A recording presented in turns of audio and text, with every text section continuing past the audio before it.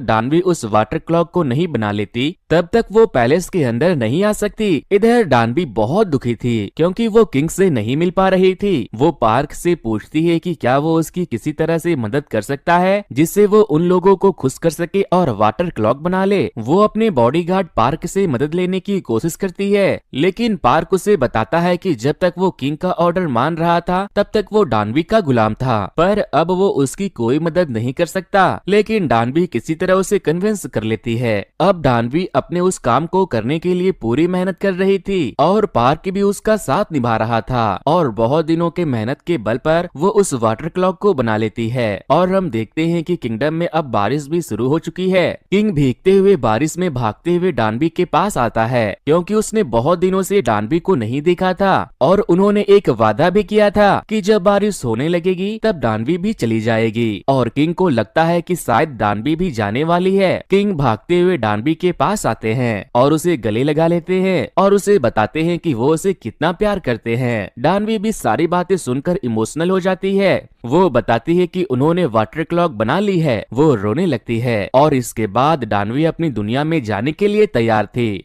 और वहीं पास में ही पानी से भरे हुए एक गड्ढे में जाने लगती है, लेकिन किंग उसका हाथ पकड़कर वहीं रोक लेता है और गले लगा लेता है और इसी के साथ बारिश भी खत्म हो जाती है और डानवी भी अब वहां से नहीं जाने वाली। तभी वहां पर प्राइम मिनिस्टर का एक आदमी आ जाता है। किंग को डर था कि प्राइम मिनिस्टर के लोग डानवी का कत्ल कर सकते हैं, इस कारण वो डानवी को वहां से भगा कर ले जाते हैं और अपने बॉडीगार्ड पार्क के साथ डानवी को वहां से किसी सेफ जगह ले जाने के लिए भेज देते हैं। इधर हमें पता चलता है कि बॉडीगार्ड पार्क भी प्राइम मिनिस्टर से मिला हुआ है और वो किसी भी वक्त डानवी को खत्म कर सकता है, लेकिन पार्क ऐसा नहीं करता। वो डानवी को बिल्कुल खरोच भी नहीं आने देता। प्राइम मिनिस्टर के लोग वहां पहुंच चुके थे। पार्क डानवी को एक घोड़े पर सवार करके वहां से भगा देता है और वो बहुत सारे लोगों से मुकाबला करता है। इधर क्वीन को भी सारी बातें पता चल चुकी थी और वो डानवी को बचाने के लिए जंगल की तरफ भागने लगती है क्योंकि उसे पता चल चुका था कि किंग भी डानवी से प्यार करते हैं। क्वीन भी अब जंगल में पहुंच चुकी थी, जो पार्क के पास आकर उससे पूछती है कि किंग और डानवी के बीच की सारी बातें उसने उससे छुपाकर क्यों रखी, लेकिन पार्क उसका कोई जवाब नहीं देता और क्वीन को लेकर वहां से चला जाता है। इधर डानवी जंगल से बहुत दूर आ चुकी थी और किंग भी वहां पहुंच चुके थे।